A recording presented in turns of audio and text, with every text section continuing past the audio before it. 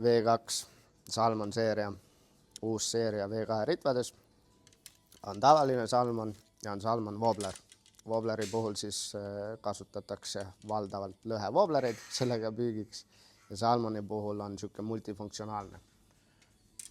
Sai neid see aasta Norras testitud ja mugav, läheb 3-osaliseks, pikkusega siis 330, 360, 330 on siis testiga kuni 50 grammi ja 360 on siis testiga kuni 60 grammi.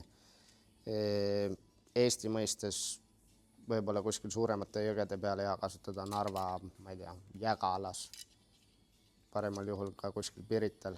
Nii et kes tahab endale suurte jõgede lõhepüügi ritva, siis V2 seeriast salmon või salmon wobbler ning leitav Veefishi kauplustest.